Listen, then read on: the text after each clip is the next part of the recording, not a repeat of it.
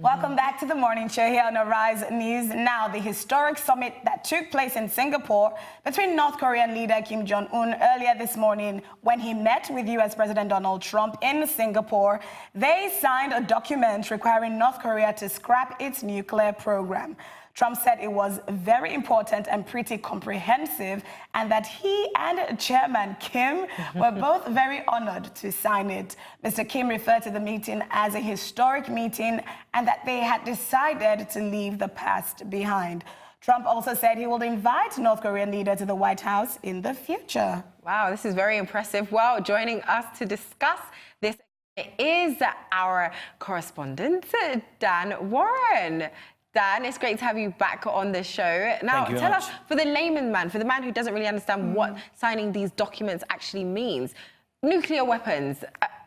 Yes, because we've seen the Twitter wars between the two, and they said that they've decided to put their past behind them. But how true do you think this is? Do you think they're really first of all, it? you've hit the nail on the head that we're actually seeing. We've seen dialogue, we've seen handshakes, we haven't seen Twitter insults. And if we look back over the past year, there's times where one party is virtually declaring war on the other. So today is literally, when I was witnessing the images at about 2 o'clock this morning, I haven't slept actually since we last spoke yesterday.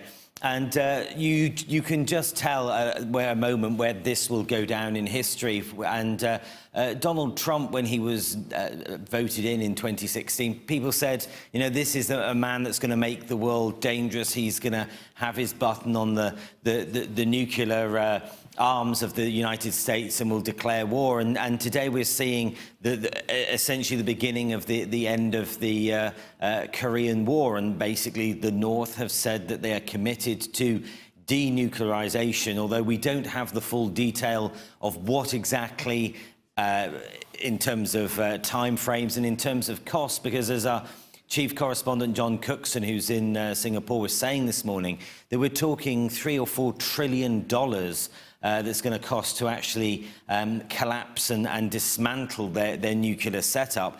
And obviously North Korea can't afford that. So the big question will be who will pay for it. So there's many questions that need to be asked. But the fact is we should be seeing today as a very, very positive move. The fact that two people, I remember Donald Trump was calling Chairman Kim a rocket man, and he was sort of returning, calling Donald Trump a dotard. We're now getting to a point where they're even having working lunch together. So it's been a very, very positive day, not just for the two countries, but for the world.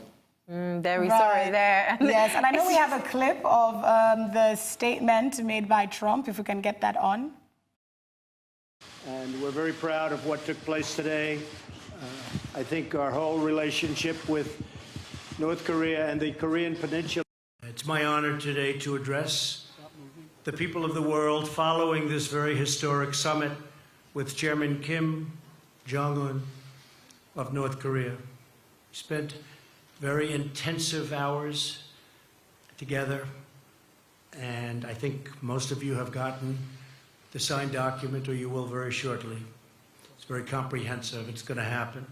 I stand before you as an emissary of the American people to deliver a message of hope and vision and a message of peace. Most importantly, I want to thank Chairman Kim for taking the first bold step toward a bright new future for his people.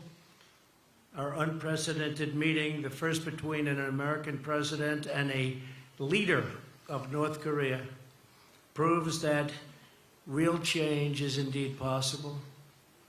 My meeting with Chairman Kim was honest, direct, and productive. We got to know each other well in a very confined period of time, under very strong circumstance. We're prepared to start a new history, and we're ready to write a new chapter between our nations. Nearly 70 years ago, think of that, 70 years ago, an extremely bloody conflict ravaged the Korean Peninsula. Countless people died in the conflict, including tens of thousands of brave Americans. Yet while the armistice was agreed to, the war never ended, to this day, never ended. But now we can all have hope that it will soon end, and it will soon end. The past does not have to define the future. Yesterday's conflict does not have to be tomorrow's war. And as history has proven over and over again, adversaries can indeed become friends. Yeah, so we hear him say there that the past doesn't have to define the future. But again, it's funny, Dan, because this is somebody who really harped on Kim Jong-un infringing on so many people's human rights, you know, but somehow none of those cases came up. You know, the UN in a report in 2014 talked about everybody that has either been killed or jailed. There are even Americans who suffered under this Kim Jong-un tenure, but he's not saying anything about that. No, is that something that should be addressed, or is that something that the whole world should forget, and should we just all move on? Well, there's one case, Otto Warmbier, that was a student that was actually imprisoned in North Korea and was treated horrendously poorly. Managed to get him back into the United States after a few years. And sadly, he passed away. And at his Donald Trump's State of the Union address this year, he made a big point about having his parents there, Otto Warmbier's parents there, and saying how they will defy North Korea. And all of a sudden now he's shaking hands. He's saying, you know, Kim Jong-un's a nice person to do business with. And I think that certainly he needs to remember that he's used people in speeches, and now he seems to be palling up with the what was seen as the enemy. So I think there's certainly his critics will find a lot of gaps in the narrative, and I think there'll be more questions once the excitement of today is over. Yeah, right. And is there a time frame for this denuclearization? Was any time frame given? All we're being told is very quickly. Apparently, after they signed the context earlier, that he'd already said, Kim added on that he's already started dismantling something else.